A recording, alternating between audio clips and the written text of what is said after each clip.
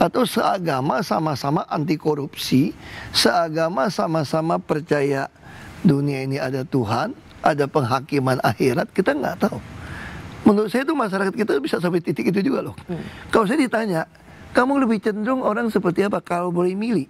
Saya pilih seagama. Seagama bagi saya, Anda takut akan Tuhan. Anda tidak berani korupsi, Anda tidak berani sumpah jabatan palsu, Anda mengurusi orang miskin dan membutuhkan pertolongan. Nah, saya kira ini sesuatu yang saya kira PD Perjuangan nggak pernah alasan seperti itu ya. Contoh, tapi ini 2017 udah diminta mundur kok, udah pasti kalah kok, udah demo, udah dicap tersangka penista agama. Kenapa PD Perjuangan masih tetap ngotot mencalonkan saya? Dan bisa waktu itu karena sebagai partai pemenang di maksudnya sesuatu yang menarik, pemilu daerah. Menarik kan? Jadi mesti ingat partai PD Perjuangan partai pelopor, kita ada partai kader, ideologi. Gimana supaya kader itu bisa terbentuk? Oke, kalau gitu saya masuk ke sini. Harus berprinsip itu. Karena Pak Ahok tetap namanya mendominasi bersama Pak Anies, tetapi kemudian ada soal faktor agama yang seagama, faktor suku yang dipertimbangkan. Mungkin nggak ini juga menjadi pertimbangan partai politik mau calonin Ahok, elektabilitasnya tinggi, pasti dipilihnya juga tinggi, memori kolektifnya berhasil, tapi kemudian ada lebih dari 70% soal kesamaan agama. Apakah ini juga menjadi pertimbangan? Aduh, jangan Ahok deh, nanti ribut. Ya itu saya nggak tahu ya, saya nggak tahu. Ya saya memang selalu dicap mengganggu keharmonisan oleh sekelompok elit. Jadi ibaratnya kalau nggak ada lu kan Ahok nggak ribut. Kalau diterjemahkan dari pendukung saya, kalau nggak ada lu Ahok kan kita nggak tahu bahwa ada pejabat yang ngurusin rakyat pagi sampai malam. Kalau nggak ada Ahok, kita nggak pernah tahu tuh ada pejabat mau balasin, diminta apa datengin. Itu yang dianggap tidak harmonisan. Tapi saya kira masyarakat sekarang kan tidak bodoh ya. Buktinya kalau survei ini kita anggap kredibel gitu ya. Dengan apa bisa dapat angka itu? Kenangan apa yang mereka dapat? Kalau bukan karena Ahok yang dianggap tidak harmonis. Kalau orkestra saya selalu bilang, bagi saya ya, harmonis itu kita mainkan nada yang sama. Kalau saya datang sendiri dengan nada yang benar, yang lain nggak benar, ya saya bukan nggak harmonis dong, yang nggak harmonis yang rame dong. Nah saya kira masyarakat sekarang tidak gampang terprovokasi lagi lah. Cuman menurut Anda, ini bisa jadi pertimbangan partai, karena bagaimanapun PDIP tidak bisa mencalonkan Anda sendirian, sehingga orang akan berpikir ulang, aduh kalau PDIP masih mengajukan seorang Basuki Cahayapurnama, berat nih, maka akan ribut lagi dan menimbulkan politik identitas. Saya kira 2017 juga udah dikasih tahu, kalau tetap mempertahankan Ahok akan ribut dan demo besar. Dan putusan PDI Perjuangan apa? Tetap maju. Dengan demo yang nggak bisa diprediksi, tetap. Karena ini melanggar konstitusi. Ideologi partai kita mau kemana? Kan kita membangun waktu kita mendirikan negara ini ya, bukan mendirikan negara, kan udah sadar nih. Namanya juga Krisi Bhinneka Tunggal Ika kan. Kita udah berbagai suku, keyakinan, kita sadar. Karena itu waktu mendirikan negara ini, kita juga punya satu keyakinan bahwa negara kita ini bisa hidup berdampingan. Nah jadi jangan gara-gara soalnya Ahok punya masalah kan bukan itu. Ahok ini cuma nyeleneh aja. Kenapa nggak mau ikut kayak kita sih gitu loh? Ngapain sih tuntut pembuktian terbalik harta pejabat? Ngapain sih lo ngomongin kata-kata kayak gitu kan? Nah dicari-cari lah saya kira. Jadi Pak Ahok, kalau misalnya melihat, sekali lagi ini kondisinya berbeda. Karena saya tahu Pak Ahok ingin mengatakan bahwa Bu Mega dengan PD Perjuangan apapun resikonya berani mencalonkan seorang Basuki Cahayapurnama untuk Pilkada DKI. Tapi Pak Ahok, sekarang kan situasinya berbeda. Tidak saja Pak Ahok ini punya elektabilitas yang tinggi, terekam punya kinerja yang terbaik, lalu juga orang pasti memilih. Tapi PDIP ini nggak bisa sendirian. Makanya kemudian saya bertanya, ada faktor-faktor yang kemudian kalau mencalonkan Pak Ahok, maka itu akan membangunkan lagi politik identitas, ribut lagi, kerukunan agama yang akan terkoyak. Apakah dengan pertimbangan-pertimbangan non-rasional seperti ini, itu Anda merasa sebagai yang dikorbankan? Enggak. Atau jadi kambing hitam? Saya nggak melihat PDI Perjuangan mempunyai persepsi seperti itu ya. Makanya ada orang bercanda gitu kan. Tahu nggak beda banteng sama sapi? Kalau lihat petir halilintar itu, banteng itu nggak kabur, sapi kabur. Kalau banteng tuh disongsong dia nih. Makanya pada akhirnya kami ini banteng loh.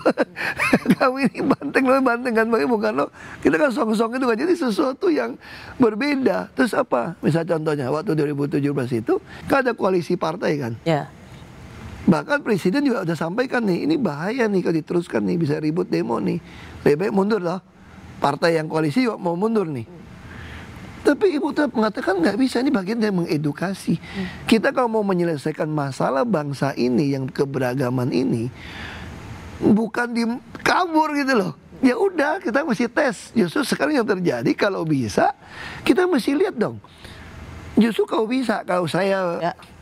justru kalau bisa rematch sama Pak Anies lebih menarik. Wow. Supaya mengukur sampai di mana bangsa ini setelah naik levelnya untuk menuju Bhinneka Tunggal Ika gitu loh. Jadi Pak Ahok mau rematch lagi dengan Pak Anies? Bukan, maksud saya itu kalau Anda mengatakan bahwa ini akan takut ribut gitu loh. Kalau takut ribut ya paling cocok ya rematch dong untuk mengukur supaya apel dengan buah apel bandingnya gitu loh. Cuman mau, udah pede?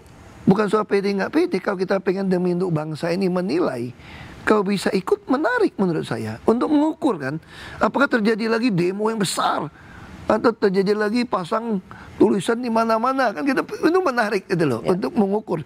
Kan kita berbangsa bernegara kan udah masa udah di 100 tahun merdeka masih persoalan ini diumpetin gitu loh. Mesti kita hadapin. Profil pemilih Pak Anies dan Pak Ahok ini serupa karena sama-sama militan, sama-sama merekam, punya kolektif, memori kolektif bahwa Anda berdua adalah gubernur yang berkinerja baik gitu. Dan masing-masing yang juga tidak mau memilih sama, hampir sama besarnya, 17% dan bedanya cuma di 0,8%. Yang memilih pasti memilih Pak Anies, udah pasti nggak mau memilih Pak Ahok. Yang mau memilih Pak Ahok udah pasti nggak memilih Pak Anies. Jadi kalau rematch ini terjadi Pak Ahok nggak khawatir akan pembelahan seperti dulu? Nggak kasihan sama Jakarta? Bukan, dulu juga pembelahan penyebabnya siapa? Kan balik lagi kan. Ini kan bukan soal persoalan karena takut ini kita lari. Kita nih harus kasih edukasi kepada masyarakat. Nggak akan ada terjadi pembelahan kok. Kalau dibilang pembelahan, saya nggak mau juga pembelahan. Karena gini, ada satu teori bilang gini ya. Kalau Anda sudah membiarkan primordialisme, permainan SARA di dalam politik, Anda berkuasa pun nggak bisa narik kembali. Maka ini barang tuh nggak boleh dibuka kayak Pandora atau nggak. Dan sampai hari ini nggak balik ini. Nah kalau nggak balik, tahu dong kalau orang kena COVID gimana sih? Paling vaksin paling aman, ya pakai COVID-nya juga dong dimasukin dong supaya orang jadi sadar kan. Nah saya kira kita untuk menyembuhkan ini sebetulnya kalau Tuhan izinkan menarik. Bukan soal kalah menang siapanya, justru untuk melihat. Saya percaya satu hal gini, semua manusia itu ada nurani.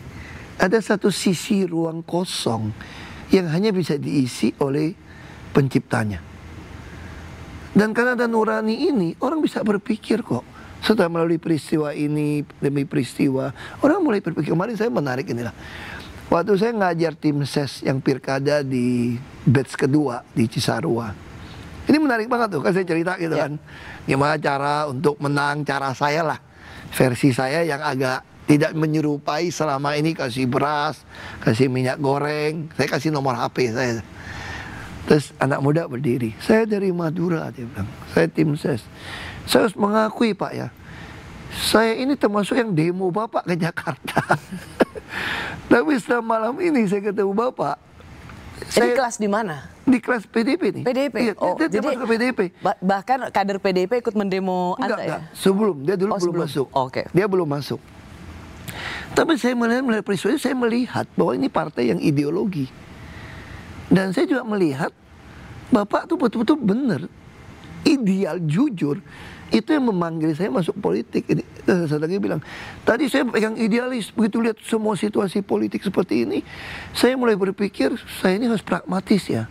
Tapi setelah Bapak ngomong, bukti Bapak ada sekarang ini, masih bertahan, itu membuktikan bahwa idealisme itu akan menang. Makanya saya mau ikut Bapak. Ini menarik loh. Tapi dalam Maksud politik, dalam politik kalau hanya idealisme penting begitu. Tapi kalau nggak menang-menang, habis juga partainya. Buktinya kan hari ini kita bisa bertahan. Pak Ahok, saya Iya tertarik, saya tertarik karena Bapak tadi bilang kalau perlu ya rematch, bertemu kembali Pak Anies dan Pak Ahok begitu.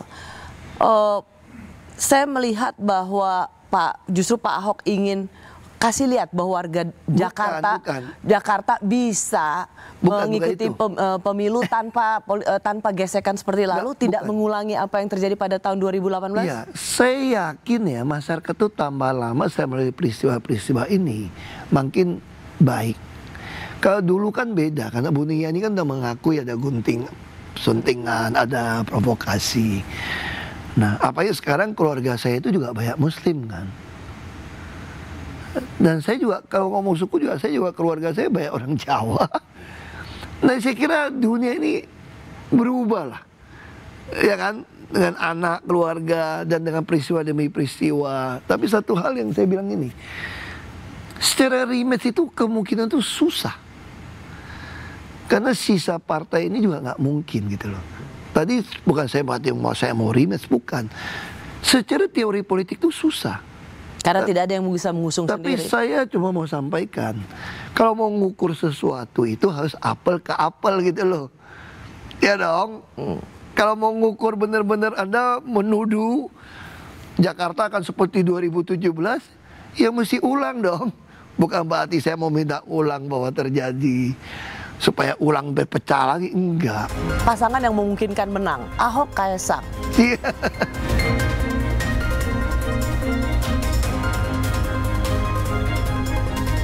Justru kalau bisa rematch sama Pak Anies.